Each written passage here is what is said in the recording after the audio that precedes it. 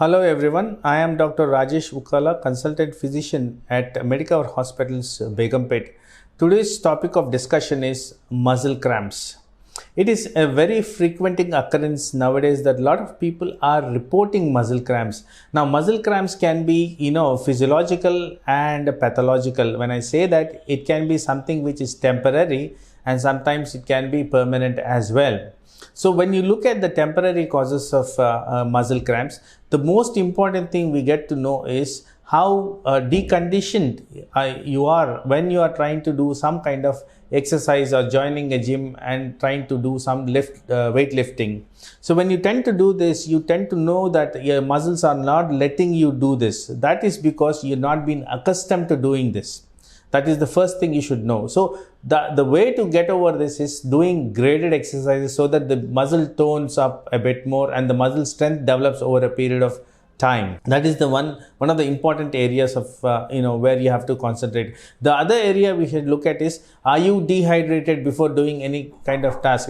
Dehydration causes a lot of electrolyte disturbance, and this kind of electrolyte disturbance can play a role in terms of muscle contractions, particularly relating to sodium and calcium. So you have to make sure whenever you're up to doing a task like doing strenuous activity, you should probably make sure you're hydrated properly and also take adequate amount of calories to reach your target goal of doing that kind of activity. The other areas you look at is where there is an organ dysfunction. For example, the heart is one of the areas of concern. So when the heart functions are not appropriate, there is going to be a reduction in the supply of energies to different parts of the body. Particularly the large muscles in your body require a lot of circulation, lot of energy, lot of calories to be delivered. Along with that, they also need nutrients for the muscles to contract and function. So when the heart is weakened, when the heart is not able to cope up the demands, you tend to present with muscle cramps, mostly in large muscles of the body.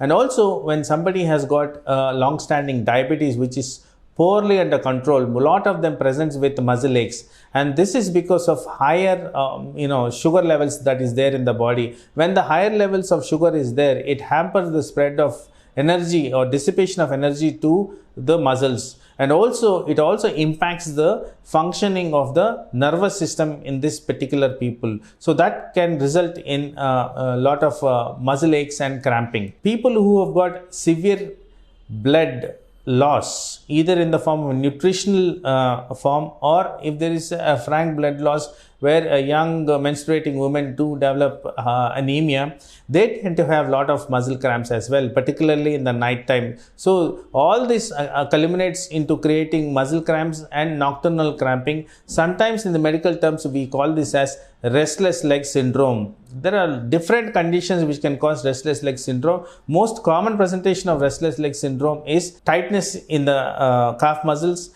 tenderness in the leg muscles, and when somebody tends to move it or massage it, people tend to get relief immediately. These are directly related to where there is a chronic kidney condition, chronic heart condition, diabetes, chronic anemia, and chronic deficiency of vitamin D. All this culminates into creating muscle cramps in the body. So if you were to really look at muscle cramps, you have to properly assess, investigate, and probably address the abnormalities that are found, which can actually easily cure these muscle cramps in the long term to come. Thank you.